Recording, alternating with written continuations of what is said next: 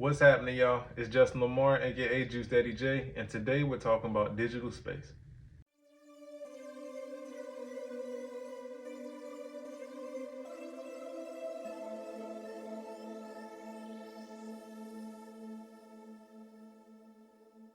Now, I didn't want to spend a bunch of time talking about digital space, but I do think it's important enough that we should cover it. So what is digital space? It's really just anytime you're interacting with media. It could be you watching TV, could be, your game consoles, it could be your phone. It's just anywhere that you're taking that media consumption. Now, why is digital space important? It's important for, I guess, what I'll try to break down in three different things that I was gonna cover in this video, but it's so important you could really go on all day.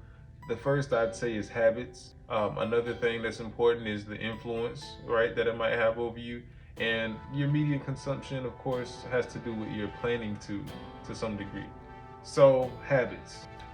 I first look at kind of what are you physically doing. If we're talking about like, watching a show or you're just lounging around the house, moving throughout your day, it can get you in some kind of routine, whether it be good or bad.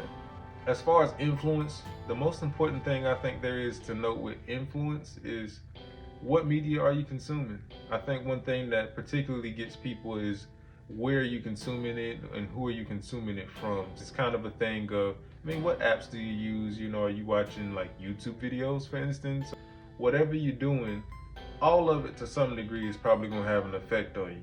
It's not like there's a such thing as diet TV or some shit like that. But what I'm saying is, what applications, sources, and material do you typically get into? Who is it coming from? Whether it be, game studio, TV studio, film school, whatever. Just make sure that you are aware. The last thing I kind of want to cover when it's talking about your digital space is planning. So I've definitely ran into this with trying to plan for YouTube and broadcasting, but also with all the other things that I have going on, social media or not, whether I'm posting or I'm not posting. It's really tough for you to capture pictures, even storing messages or writing down notes for whatever it is that you do.